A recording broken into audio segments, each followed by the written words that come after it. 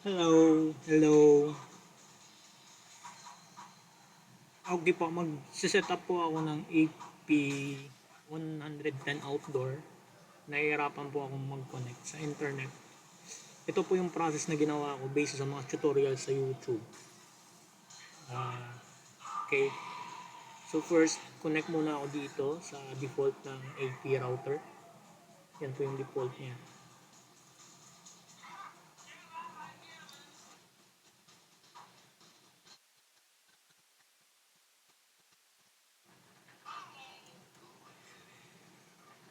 Okay, connected na po ako.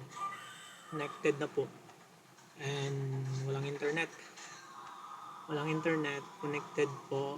Try kong access yung admin niya. 192, yan. 54. So default is admin, password is admin, and then next.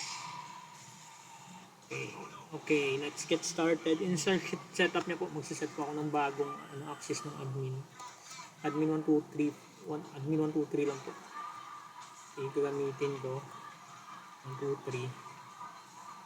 Okay, enable. Next. And then setup ko po siya as AP. AP mode po yung gawin ko. And then required po akong gumawa ng bago. So itong gawin ko. Test password ko is 1, 2, 3, 4, 5, 6, 7, 8. Yan, 8 na 1. Next. So upon applying po dito, madedisconnect po ako dito sa connection ko. Gawa na yung mangyayari kasi dito is mag-iiba po yung IP address ng router ng AP. Yun yung problem ko dito. So kailangan kong i-static po yung connection ko. Pag nag-connect pa ako dun sa ginawa kong SSID, hindi po siya pwede na dynamic yung DHCP ko po. Kasi ganito yung mangyayari. Yan. Tapos na disconnected po ako and then ko-connect po dun sa ginawa kong yan test. Then password ko po is 81. Wait. Connect na. Bagal, bagal. Okay. Mm.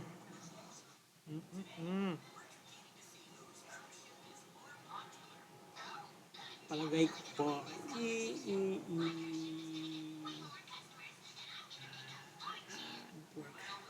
Ayan, connected na ba ako? Ayan, connected na po ata ako. Ayan. Pero hindi po ako makakalagin dito. Gawa ng iba po yung IP na binigay ni AP. Set natin. Okay. Ayan. Ayun. Nagiging static na pala yung IP dito. Ayan. Kaya hindi siya makakonect. So, gawin ko muna siyang dynamic. Try natin. Ayan. Static po siya. Try ko dynamic. Automatic pala. Automatic ang DHCP natin yan. Pag naset na po siya ng automatic, wala pong IP, iba po yung IP na ibibigay niya. IP config. Wait lang po. Ayan. Yung binigay niya na IP address ngayon ng AP router ko po, AP router ko po is iba yung IP address niya. Kaya hindi po tayo makakapag-access ng admin niya. Kasi iba po yung dito. Ayan. So, para ma-access ko po ito yung ginagawa ko based on tutorial na kita ko sa YouTube. Dynamic ko po siya. And then yung gateway ko, yun yung gawin kong ano niya po. 192.168.0.11 na lang. Tapos 255.255.255.0 and then 192.168. Same po ito ng gateway ng 80. 0.254 yan. Yes. And then okay, so save. So, pag ganito na po siya, ayun, makaka-access na po ako dito. Ayan.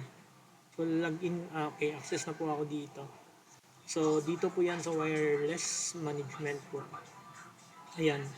Yung fallback IP niya po is naka 0.254 yan. So, yung gawin ko po is, yung concern ko po is wala po akong internet. So, yung ISP ko po is PLDT. Not sure kung tama yung gawin ko. gagawin ko siyang static po, yung dito. Tapos gawin ko na yung ano niya, 222. And then yung gateway ko is yung PLDT na. Yan. DNS po ng dito. So, and then, so upon saving po ito, din na rin po ako ulit makakonect, gawa ng mag-iiba na din po yung IP ng router. And then iba po yung IP ko dito. 0 po. So mamaya sa setup ko naman po siya as 192.168.1.x or and then yung gateway ko po is 192.168.1.1, same doon sa PLDT. Yun yung gagawin ko mamaya. Ayan, disconnected po tayo, hindi po tayo maka-access dito, gawa ng iba po yung IP natin. Kasi pag yung gawin ko po is dynamic po siya or automatic po, ayan, save ko po. Pag in IP config ko po, tiningnan ko po yung IP address ko po is wala pong ibibigay na IP, hindi magkaiba po yung IP na ibibigay ni router po. IP config. Ayan, 169.254.161 po yung IP ng router. So para ma-set up po, ma-access ko po yun, kailangan ko po siyang ibalik dito sa manual and then and then 192.168.1. Take ko na lang yung IP, 20 ko yung IP ko para malayo, 55.255.255.0 and then 192.168.1.1. Ito yung PLDT. Yan, and then 4.4. Yan, same. Yan. So pinalitan ko na siya and then for sure yung IP ko yan, mag-iiba ko talaga to. Yan, and then pwede ko na po itong ma-access yung admin niya, di ba? Admin 3. Ayan.